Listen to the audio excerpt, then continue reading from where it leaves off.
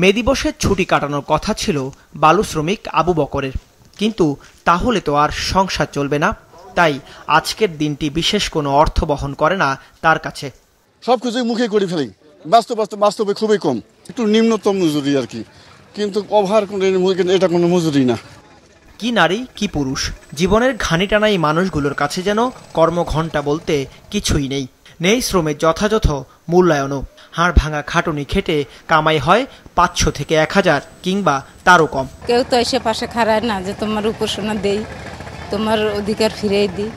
শ্রমিককে কোনো দাম আছে? মজুরি পাই 1000 টাকা পাই, 800 পাই, 600 পাই। কত ঘন্টা কাজ করে? কাজের কোনো শেষ নাই। এই যে সকালে লাগছে, রাত 10টা বাজে, 12টা বাজে, আবার 3টার দিকেও হওয়া যায়। যে শ্রমিক আমরা যে পরিশ্রম করি, যে শ্রম দিই, শ্রমের বিনিময়ে যতটুকু পাওয়া ততটুকু কিছুই পাই না।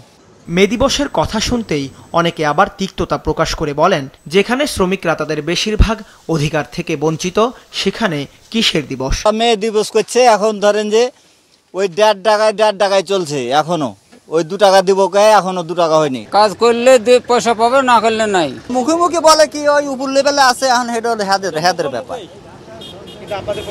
আমাদের পর্যন্ত তো কেউ আসে নাই। এদিকে প্রতি বছরের মতো এবছরও দিবসটি উপলক্ষে বিভিন্ন প্রতিষ্ঠান ও সংগঠন সভা সমাবেশ করে।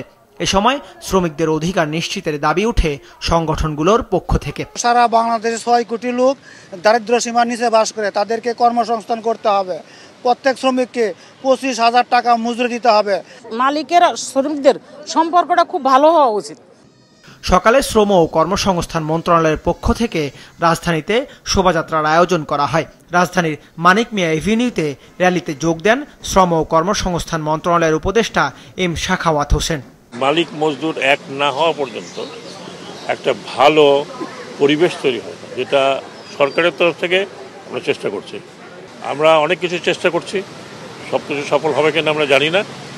আমরা চেষ্টা করছি যে শ্রমিকদের অন্তত ন্যূনতম যা চাহিদা সেটা যাতে সময় মতো পূরণ হয়। ভবিষ্যতে যদি সম্ভব হয় তাহলে শ্রমিকদের আরও কিছু প্রণোদনা দেওয়া। শুধু মুখে আর কাগজে কলমে নয়, পরিবর্তিত বাংলাদেশে শ্রমিকরা বুঝে পাবে তাদের পূর্ণ অধিকার, এমন প্রত্যাশা সবার। দাউদ হাসান, মাছরাঙা সংবাদ, ঢাকা।